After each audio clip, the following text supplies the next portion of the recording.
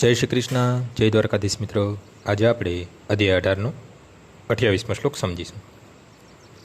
અયુક્ત પ્રાકૃત સ્તબ્ધ શઠો નૈકૃતિ કોંલસ વિષાદી દીર્ઘસૂત્રી ચ કર્તા તામસ ઉચ્યતે.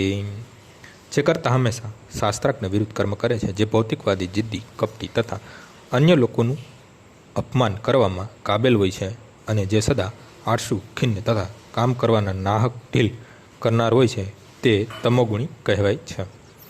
શાસ્ત્રોક્ત આદેશોમાંથી આપણને જાણવા મળે છે કે કેવા પ્રકારનું કાર્ય કરવું જોઈએ અને કેવા પ્રકારનું કાર્ય ન કરવું જોઈએ. જે મનુષ્ય શાસ્ત્રોની આ આજ્ઞાઓની અવગણના કરીને ન કરવાના કાર્ય કરે છે, તેઓ સામાન્ય રીતે ભૌતિકતાવાદી હોય છે.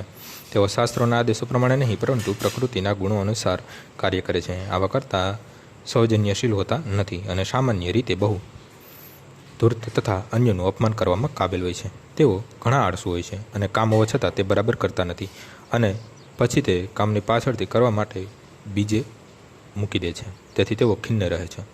તેઓ કામમાં બિનજરૂરી ઢીલ કર્યા કરે છે. જે કામ 1 કલાકમાં પૂરું કરી શકાય તેને વર્ષો સુધી ધસડતા રહે છે. આવા કરતાં તમોગુણી હોય છે. આજનો શ્લોક અહીં પૂર્ણ થાય છે.